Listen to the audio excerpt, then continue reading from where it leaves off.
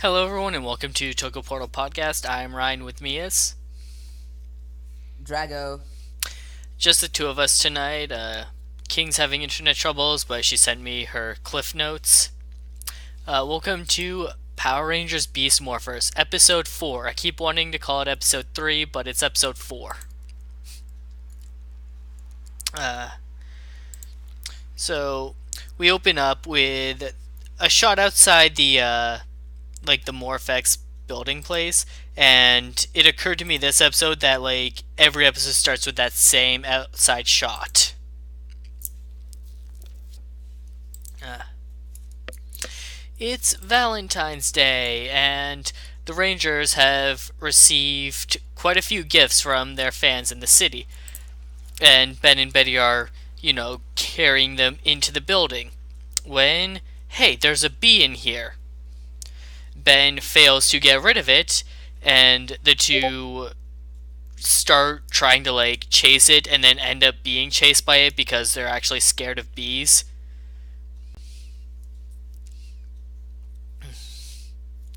I have no comments on that. Uh, my comment is that I like that there's an actual physical bee that we can see, and they're not just saying, "Hey, look, there's a bee." Uh, Also, that looks like a bumblebee to me, which is like the most harmless bee. Like it doesn't even have a stinger. Yeah. Uh, that's when I saw at the end. Yeah, it did look like a bumblebee. Uh, Meanwhile, it's Valentine's Day, and what's the Blue Ranger's name? Ravi. Ravi. So Ravi goes over to Roxy's catatonic or comatose rather body, and leaves a rose on it. Kind of talks to her about how he misses her and all that stuff. It's actually really sweet. Uh, Romances in Power Rangers are usually handled weirdly, so I like that they're doing good stuff with this one. Yeah. It was pretty. It was pretty nice to see the at least at least a good enough portrayal of like how Ravi misses her. That is and yeah, it makes the actions of the character believable whenever he does stupid shit in this episode. Right, gives context. Because in the cyber dimension, I finally remembered it. Uh, the Avatar Roxy is exploring her memories, realizing, hey, I still have all of my human memories. I still have all that information. And realizes hey, Ravi Ravi loves Roxy. Ravi loves me effectively. I could probably use that on him. Uh, and so she devises a plan. Now, this is where we're gonna get into the first of the notes from King, which is that she loved Roxy's deception in this episode. She just wished that they they kept it a secret up until the reveal. Tried tricking us, the audience, as well. Can I say something? Yes, you can say anything. Okay. Basically, when I was watching this episode, I didn't catch this. Like, basically, the first section of the show, Mm-hmm. and I caught this episode when Ravi was in the gym. How he said he hates Valentine's Day. Yeah. Yeah. So I didn't know that that Roxy was planning this out, and it made the episode much better for me. So I didn't know that Roxy had actually planned this out. I believed her like to some extent. Oh, so you weren't quite catching on to like what the beginning was saying. Yeah, because I hadn't seen the beginning. Like I didn't see the Bumblebee part at the beginning. I didn't see the I think I saw the Robbie telling Roxy thing later on the Oh, internet, but I okay. didn't know the entire part existed. Okay, so you missed the beginning. Okay. Yeah. Uh, I think it's so like they could have done the whole it was a trick all along. I think it's interesting that they were up and told us the audience that what was happening because you get to see some like sly tricks that Roxy does knowing what the real plan is without having to like rewatch it to look for those things or anything like that. Like it's all right here. For example, Roxy goes to Earth and creates another robot, uh, which Nate happens to be nearby and contacts Battle Force to like say, "Hey, there's a monster appeared." Meanwhile, yeah, the rest of them are at the bar. And, uh, what's the Red Ranger's name again? Devin. Devin. Devin's like offering the other two like Valentine's Day cookies. They're like, nah. Zoe wants to eat carrots, and Ravi hates Valentine's Day because it makes him remember his how Roxy is like gone and he's not with her anymore. Uh, so during the fight sequence, which again more great like unique footage, uh, the monster goes straight for Ravi, and Roxy like hiding in the background as Ravi is like being forced to back up, pushes some stuff into his path so that he trips over, so that she can jump in the way and save him. And I think it was really clever how they shoot that so you can see that like she wasn't looking for an opening, she created her opening. Like she staged the whole thing. And I think it's really cool how they show it. Yeah, it was really cool how they showed it because Roxy seems more competent than Blaze, in my opinion. Like this shows how clever Roxy is as far as staging plans go, which I really liked, and it's kind of better contrast to Blaze, who's like a brute force kind of person who like takes the stuff he Okay. wants and then leaves rather and or fights the Rangers like using physical force rather than tactics. And to see that contrast with Roxy, who is much more cunning and uses much more tactics instead, that is I found that kind of nice.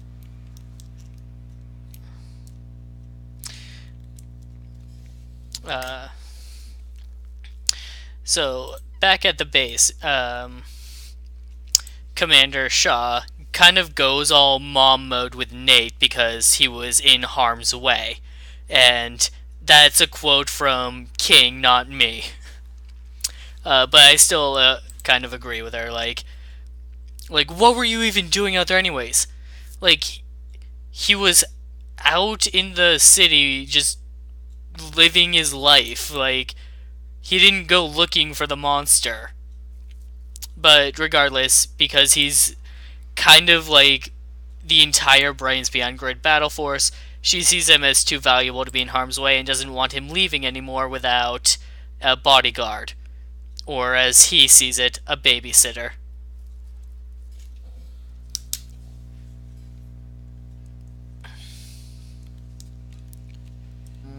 Yeah, wait. I was just gonna say, yeah, that was. I don't know whether this is concerning that a person hadn't have like free range to go out, and the Great Battlefield is basically keeping him sort of like a prisoner. Again, but then Uh, again, like other people could be interested in him, and then they could actually kidnap him and stuff. Not only like Grid Battle Force, not only like villains like Blaze and Roxy, maybe like other governmental agents and other people as right, well. that's actually a good point. in like military bases and such, like I believe there are like standard rules of like not being able to leave without permission and such. Mm. And so I wouldn't put it past Commander Shaw to like run this place kind of like that. Although right now she's really only doing it for Nate. Although I King thinks I might lead to something later, and when I think about something we're going to talk about later, it's like, yeah, you know what? There's a lot of plot potential here. Yeah, and okay, here's a theory that I kind of have. Go on. I think, like, since they said buddy system, I think we are gonna get another buddy, like the buddy roid thing. Uh, what do you call it? I forgot there was the humanoid buddy. Jay? Yeah, Jay. I think he's gonna start make. I think he's a setup. Probably a setup for Jay. Hmm. That would be interesting. Uh, it could even like paint him as being Beatbuster. Yeah, and that's why I think that like that's the maybe like Jay is created to be like a bodyguard for a ranger, bodyguard for Nate probably. At least that's what I'm assuming. I don't know for sure because the Beast Morphers could actually go any direction right now. Right. Uh, so Ravi explains how Roxy saved him and questions sorry, if there's any bit of Roxy left inside of her. Uh, Nate has his doubts. Uh, Devin thinks that they shouldn't trust her. Uh, like they feel like the situation is a bit too unclear to like make any conclusions from. Ravi still has hope though. Uh, Ravi heads out to the fountain where he and Roxy first met when Roxy approaches him in a friendly manner and talks to him. Uh, she recites memories to like convince him that it's her, and says that in lies, saying that like she was able to like occasionally break free of the control, and so and she wants Ravi's help, like getting permanently free using their neural analyzer from when they first became Rangers. Uh, so Ravi heads back to Grid Battle Force and asks Nate, like, hey, do you think the neural analyzers could turn the avatars good again? And Nate goes, I suppose in theory, but it would take a lot more. It would take a lot of tests and data that we don't have, and it could be months before we even get any results. Uh, so he kind of pushes off as like, yeah, we're probably not going to be able to find out. Ravi doesn't really like that answer though, and he just kind of steals the neural analyzer in front of Nate without Nate noticing. Okay. What I wanted is okay. The thing is that since I hadn't seen the first part, I actually believed Roxy because how I think the actress sold the act. What do you call it? And and how you see the how Ravi when he met with Roxy, he's unsure, he's on his guard, and when Roxy starts talking about their past, it is kind of what do you call it? It's kind of he kind of drops his guard down and feels nostalgic. And then also the fact that here in what do you call it in the Great Battle Force when he goes there when he says if this will be able to turn Roxy good again. When Ravi tells that, and Nate pretty much says yeah, in theory when he says in theory it might be able to that time. I think instead of not Ravi not liking the answer, I think it is more of Ravi just found the confirmation he needed, uh so he so he uh, so he took, that's the reason why he told the neural analyzer thing, instead of like, it being like Ravi not liking the answer. It's probably the confirmation he needed from Nate Right. that it's in That's more theory so it's what I meant. possible. Like he didn't like the answer of yeah, it would take months to like get an answer, and we don't have enough data. Because he's Yeah, like, yeah. yeah, I'm just gonna go and try for it. Mm. And I one thing I really liked is that, I have heard like other people complain in the past 3 episodes that Ravi's actor is Ravi's actor doesn't act very well or something, like him being very too stiff. But then then that he is kind of, as a character himself, it is a stiff character. It's and and then the one more thing is that, but this episode actually shows that he can act well, and he can show a range of emotions. But I think the only issue I find is that his voice acting and his body language is really great, but he can but unlike Roxy's actress, whose face acting is amazing, Hmm. Ravi's actor's face acting isn't as good compared to the other parts of his acting. Not saying he's bad or anything. It just He's great overall, but He's just his not face acting is a bit absolutely off. selling it. Yeah, he's selling it with his voice and his body language, just not his face. Still doing a Like, I great mean, he's job though. yeah. Compared to some of the stuff we have gotten in the past few years, yeah, that's true. And but Roxy's actress, she had said that her face has a mind of its own. I actually believe her, because the face acting is absolutely amazing in this, because the way she changes her face from evil, cunning Roxy to the good good, pretending to be good Roxy, is instantaneous. Oh yeah, that was my next point. Like when he goes to about like knowing what's going on. Like when he goes to see her again, you have that shot of her waiting for him. Like, how long is he gonna take?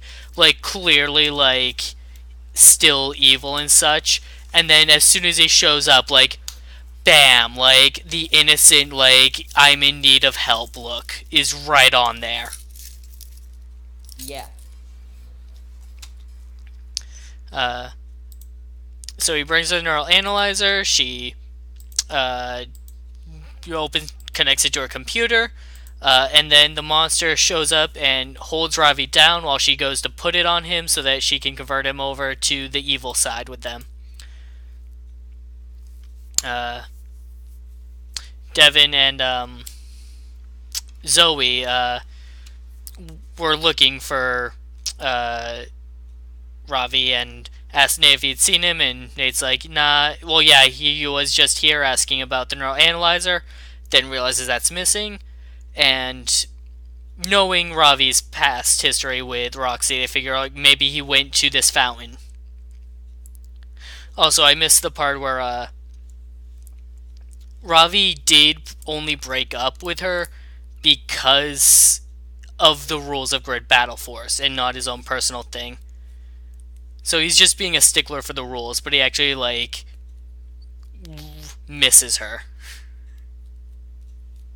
And I think, and also here, like, there's also the level of regret that he has, kind of, maybe, because from the beginning we also think that he thinks it might be his fault that she got turned evil, because he was too much maybe, like, he thinks that it is his fault. That's the reason why I feel that it is, like, he is doing what he's doing in this episode, and is more prone to break the rules.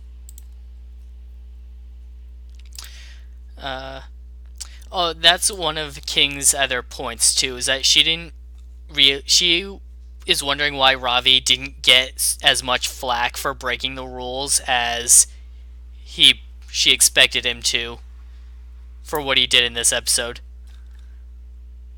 I think it might be in the later episodes, like later episodes. That okay, I'll talk about this later. Okay. Uh, so we get so Devin and Zoe show up and save Ravi, who feels like a fool for believing her, and they don't really blame him.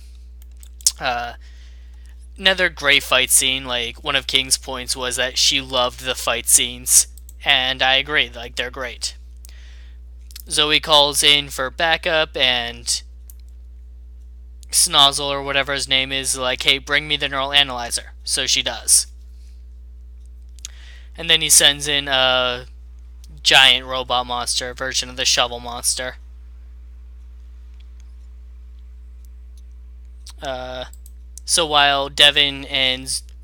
while Zoe and Ravi handle the small one on the ground, uh, Devin jumps into Cruz and takes on the big guy. Fight, fight, fight. It's actually a lot of great shots and such. Heroes win.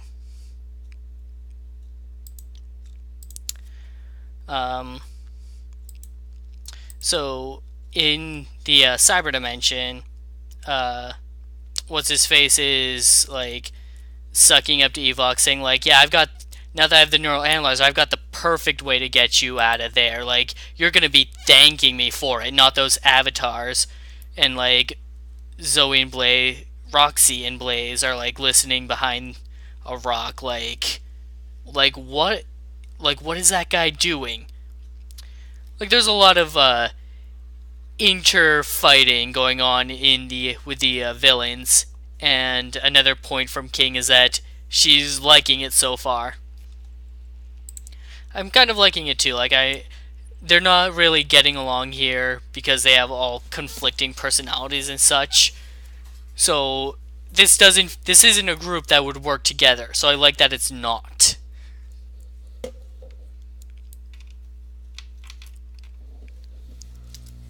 Yeah, I did really like what Scrozzle is trying to do.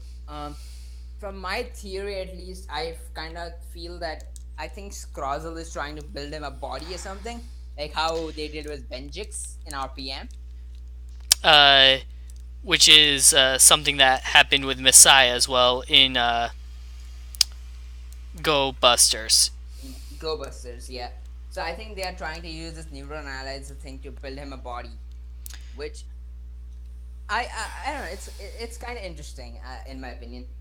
Um, and also that, and I also really like at least the how well that they put the shots together of the Sentai footage and the Ranger footage. The editing is spot on, and everything flows so seamlessly that you don't even realize when did the Sentai footage start or when did the Right? original footage even stop. Yeah, so that was really great. And what do you call it? I forgot that.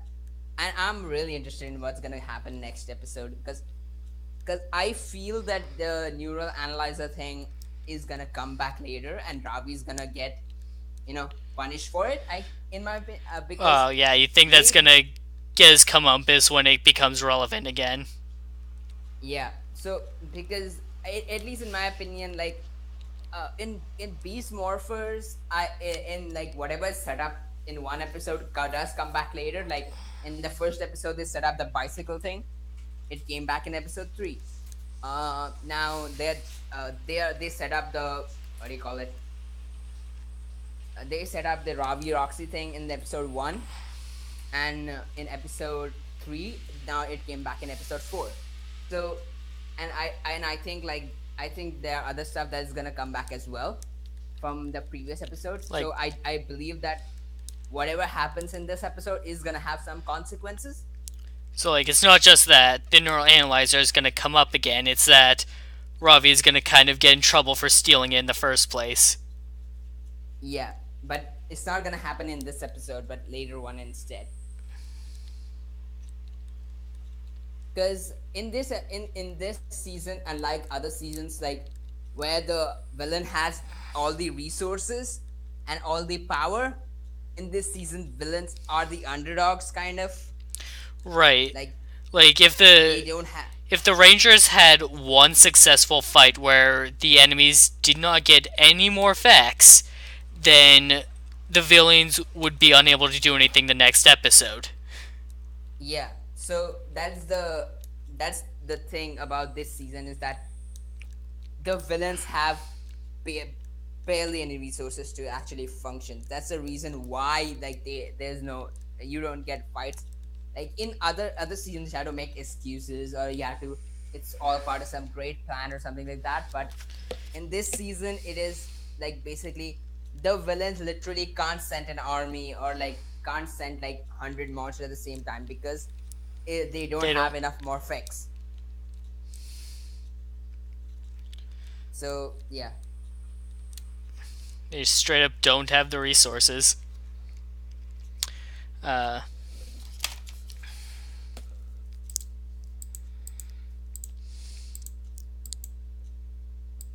so back at Grid Battle Force, Ravi apologizes and the others forgive him. Then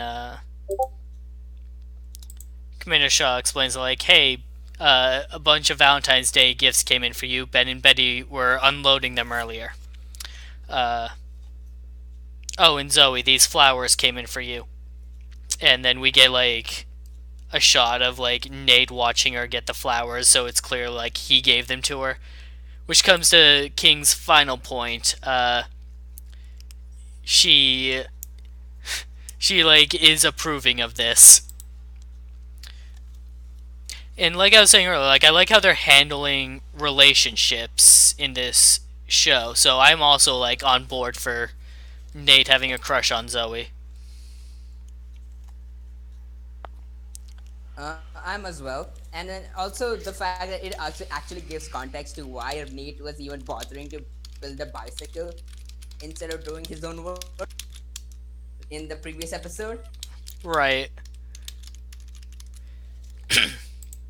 Whereas when Ben and Buddy came and said, "Hey, that's a cool bike," he told them, "I'll give you this stuff to make your own." Yeah, so that is actually pretty, what do you That's call it? That's actually pretty interesting that we get to know the reasons later compared to first. yeah, Yeah, like that had to have been planned. yeah, and I feel, yeah, I feel like and this actually kind of gives me hope for the rest of the season that they are actually trying their best to make it a good.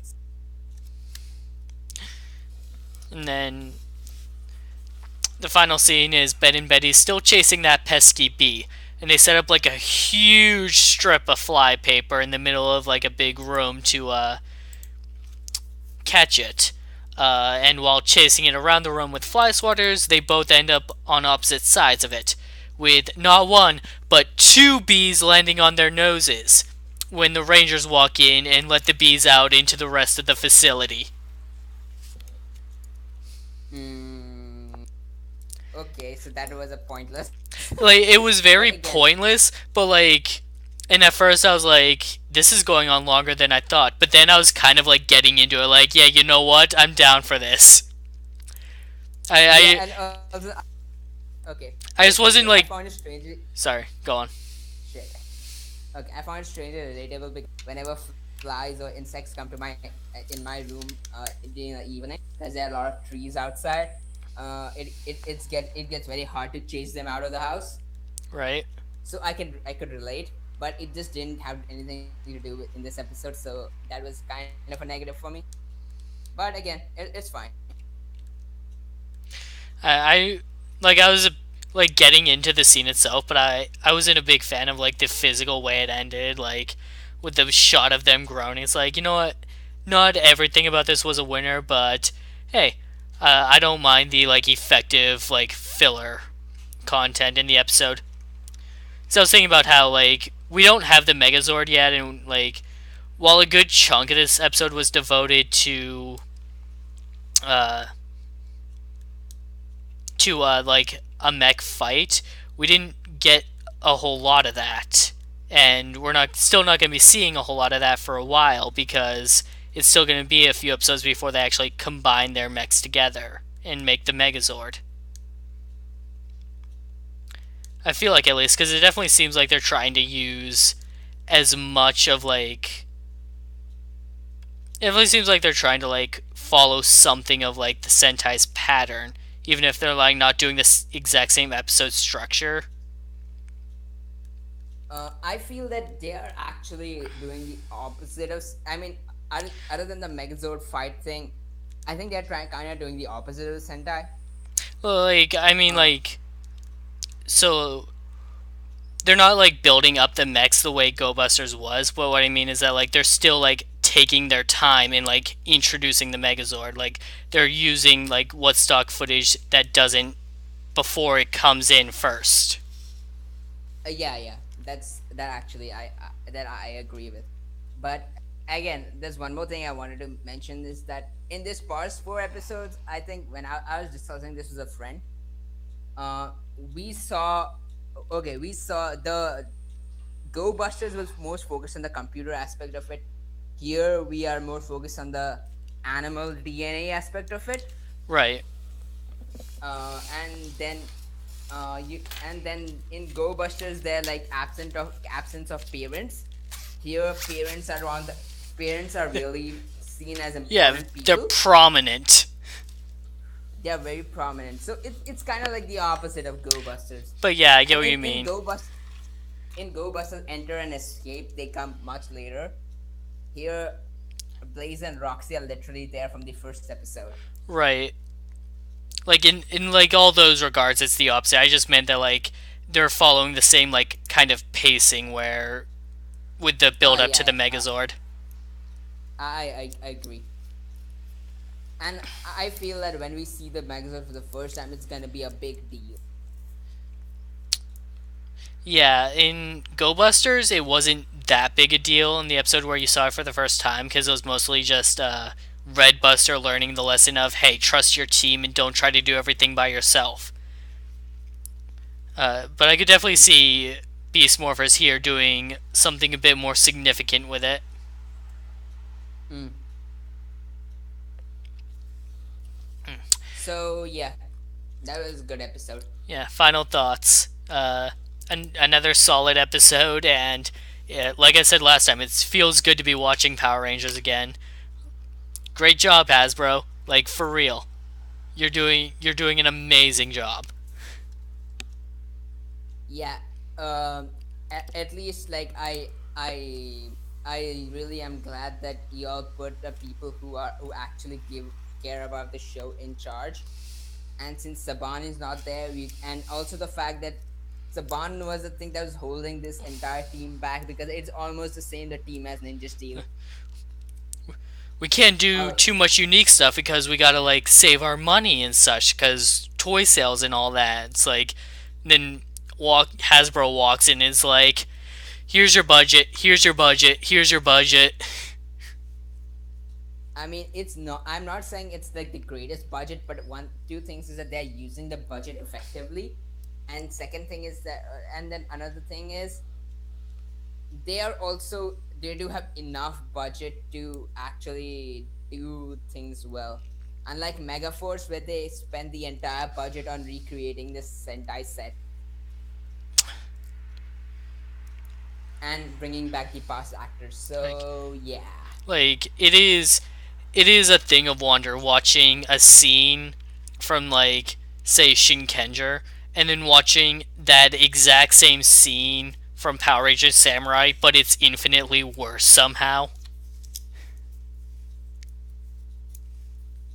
Yeah, it's the thing with Power Rangers Samurai and Megaforce is that they actually directly translated the entire episodes, to be honest. And the only time the translation of episodes word to word has worked really well is what do you call it? It's Time Force, because the thing that sets Time Force apart from Time Ranger is still there, like Ransik being the big bad, and the ending was kind of different with how they resolved it. So I think that that gives, and also the fact that some characters were either less prominent or some characters had more of a character growth in Time Force compared to Time Ranger. I really So, like Time but Force. I like both Time Force and Time Ranger, I but haven't I think I like that. I haven't Like seen Time Ranger Time Beast Morphers. Ranger yet. I think Shout has subbed it by now, so I should probably pick that up at some point. Yeah. But like in Wild Force and in Wild Force, it is literally the same quality as Power Ranger, from what I've heard. At least, So there are a few differences. For example, Jindrax and Toxica are handled more comedically in Wild Force than their characters are in Gal Ranger, and in my opinion, it makes them better characters in Wild Force. yeah, that's what I've heard, that the villains are much better characters in Wild Force compared to Power Ranger, but and some of the stuff in Wild Force is a bit better. Like it, Otherwise, it's the same show from what I've heard. yeah. Well, Wild Force is this weird show where it's one of the few American adaptations that is like objectively better than the Sentai version, but it's still one of the worst ones. Uh, but but again, what do you call it? But in Samurai's case, they messed up. Super Like, hard. Like they stuck super too hard. hard to like the Japanese theme of the show because it doesn't translate well to America. And so they tried doing certain changes to make it more American, but those just fell out of place. Yeah, and also casting. Okay, in Jungle Fury, I understand that the people were martial artists, so there was people were martial artists, and martial arts can be learned by anybody. Right. But in Samurai, In there's a Samurai, white dude they, leading up. they were literally like Okay, living in a Japanese style house. yeah, that's true. And also the second thing is that there's a white guy whose name is Shiba, and that's stupid. Okay, I same goes for Lauren as well, Wait, they but kept the Lauren is a Shiba better. family name in Samurai? Yeah, his name is Jaden Shiba. Oh my god, that's dumb. Yeah, so It's like that imply like the implication is that he has Japanese ancestry. There's nothing wrong with that. The actor has no Japanese ancestry. yeah, and that is my kind of problem is that okay, I wouldn't mind if other rangers were not Japanese, but you can't have a guy named Jaden Shiba and him being white. That is just doesn't Like even if you give the excuse of being mixed, like, you like had the chance to cast an Asian American actor. even if you use the excuse of he's just a decoy because the real head of the family is in hiding, it still doesn't work. It still doesn't work because even the real head of the family in Samurai is also white. So yeah, Man, don't get me wrong. I really like Lauren as a character, but still, that still didn't sit with me very well because it's just unsettling in my opinion. there's But I'm good with Has. At least Beast Morpher is going in a good direction. yeah, I Beast hope that. Morphers is doing a great job of reimagining the same material. Like Yeah, the and base the okay. the base plot is the same, the execution is different. Yeah, and also the fact that the writer Chip Len, he wanted to actually make Go Busters adapt Go Busters for the longest time, but he was never given a chance to. And you could see that he really likes the source material and how he has adapted it in a different way compared to, uh, like how unlike Ninja Steel or Dino Charge. I like Dino Charge, but again, in my opinion, Dino Charge is better than Kyoryuger, but yeah, but again, it's not his best works that he used to produce back in the late Saban era. But at least this one, I feel that he is actually doing a good job with the source material. So, Yeah, thanks for joining us tonight, everybody. Uh, we'll be back next week, Tuesday for Ryu Soldier, Wednesday for Kamen Rider Zeo.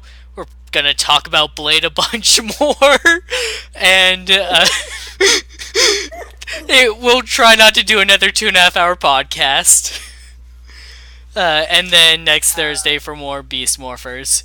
Thanks for joining. We'll see you next time. Bye bye.